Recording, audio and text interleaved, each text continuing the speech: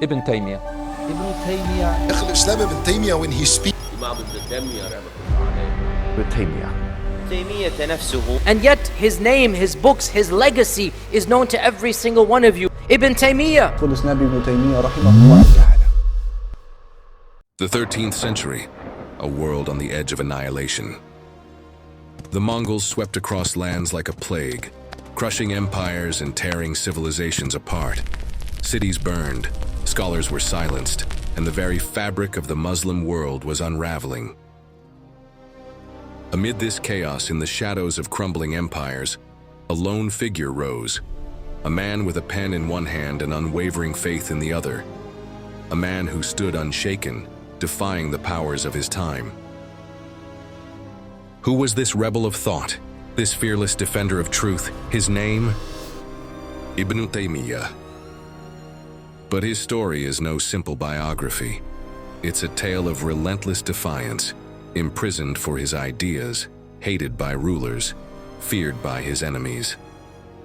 And yet his words, sharper than swords, carved a legacy that still echoes today.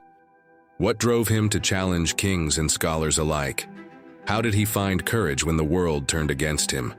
And what secrets lie within the writings that made him immortal? This is no ordinary story. This is the story of Ibn Taymiyyah. Are you ready to uncover it? Ibn Taymiyyah was only 7 years old when his family fled Haran, leaving behind everything they knew.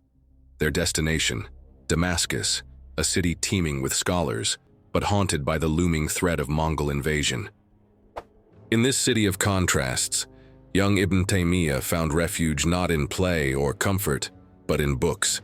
He devoured knowledge like a man starved, studying the Quran, hadith, jurisprudence, and even philosophy.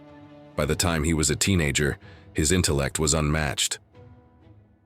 But the streets of Damascus whispered tales of fear, Mongol armies drawing nearer, the fragile walls of civilization trembling.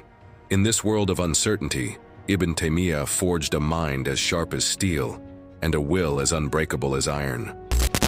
Little did the world know, this young scholar would grow to challenge not just armies but ideas themselves. By his early 20s, Ibn Taymiyyah had risen to prominence, but he wasn't like other scholars. He didn't merely accept what was handed down, he questioned everything. He saw practices he believed were corrupting the soul of Islam, innovations, superstitions, blind adherence to tradition. And he spoke out, loudly and fearlessly. His voice became a rallying cry for reform, but it also made him enemies in high places. Rulers, scholars, and religious authorities saw him as a threat. They tried to silence him, to break him. But Ibn Taymiyyah didn't flinch. In one of his boldest acts, he issued a fatwa condemning the Mongols, even as they claimed to be Muslim, because their actions violated the core principles of Islam. This was no ordinary ruling.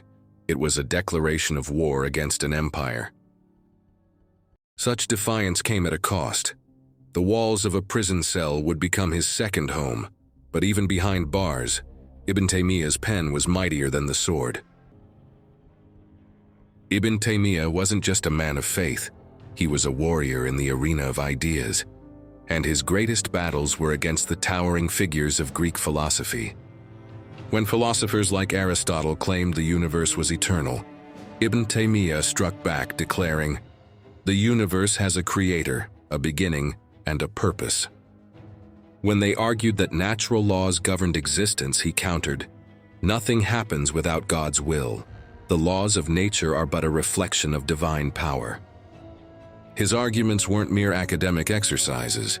They were declarations of independence from intellectual chains that had bound Islamic thought for centuries. But not everyone welcomed his ideas. To some, he was a savior. To others, a heretic. Defiance comes at a price, and for Ibn Taymiyyah, that price was freedom.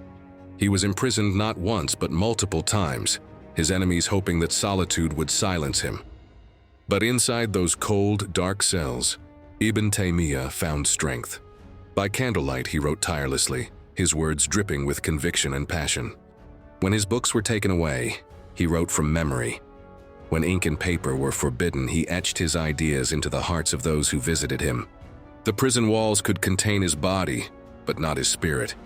His legacy only grew stronger, his words traveling far beyond the confines of his cell. Ibn Taymiyyah's ideas were like fire, burning away what he saw as impurities but leaving scorched earth in their wake.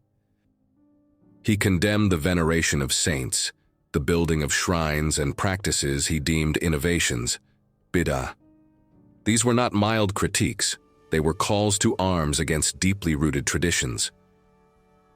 Supporters hailed him as a reformer, a savior of Islam's purity. Critics branded him as rigid, divisive, even dangerous. And so, Ibn Taymiyyah walked a razor's edge, a hero to some, a villain to others. But one thing was certain: he could not be ignored. When Ibn Taymiyyah passed away in 1328, the streets of Damascus overflowed with mourners. Thousands gathered to honor the man who had lived and died for his beliefs. But his story didn't end with his death. His writings on theology, law, philosophy continued to shape Islamic thought. Movements across centuries drew inspiration from his words, his courage, his unwavering commitment to truth. To this day, his name ignites passion and debate. Was he a savior or a disruptor? A hero or a heretic? Perhaps the answer lies not in how we label him, but in the questions he forced us to ask.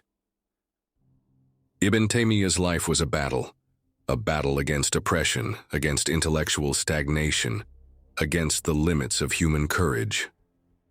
His story challenges us to think deeper, question harder, and stand firmer in our convictions.